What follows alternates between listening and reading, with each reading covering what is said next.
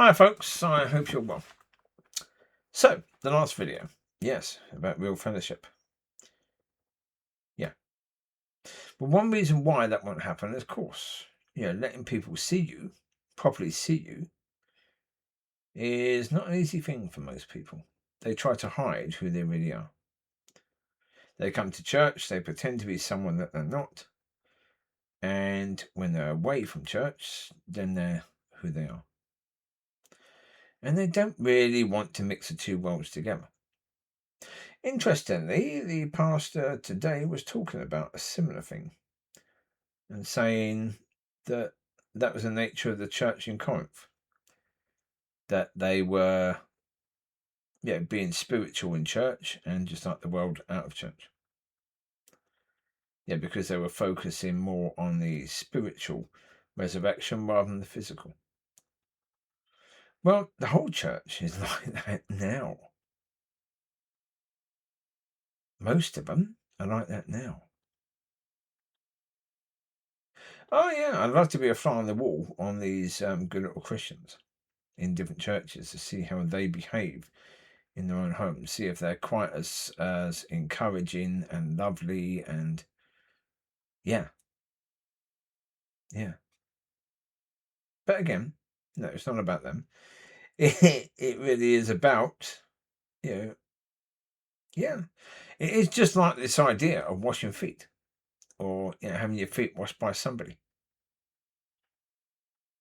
In the end, it's something that most people wouldn't want because there's a bit of fear and a bit of shame there.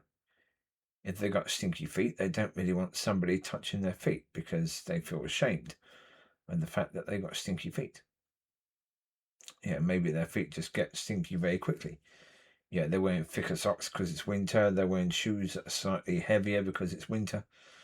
And so therefore their feet can get overheated and get sweaty. And they don't want anyone, especially a woman or an attractive woman, touching their feet, whether that woman is married or single, doesn't matter. They don't want that. They don't want anyone doing it, really. And, letting someone see who you really are is even worse than letting somebody wash your feet. And so for a lot of people, no, they would definitely shy away from that. They wouldn't want it. So why in this video are there no dogs? Well, because it was in between losing the collies and getting Bambini and Saul. I just thought I'd point that out because, there were no dogs. In most of the videos, there are dogs. In a few, there's not. So, in the end, I do videos, and there's videos on that, yes, I swear sometimes. I do in videos. I have no problem with that at all because sometimes that swear word is absolutely the best word for the situation, for the subject. So therefore, And in reality, if people saw that, I wouldn't have a problem at all. No, not at all. Because it's who I am. I don't try and hide who I am. Because I understand it's who I am. And again, I understand that if people want to see God, then they have to see who you are right now to see who you're going to be in the future. And therefore to see the change, to see God working. So therefore, I have no problem with absolute full fellowship, truthful fellowship. No problem with that at all. But I know most people do, and but people are supposed to be uncomfortable. The whole idea that your path is supposed to be comfortable, no, people are supposed to be uncomfortable. That's the reality. So, again, church needs to be full of people that have the courage to help people. And yes,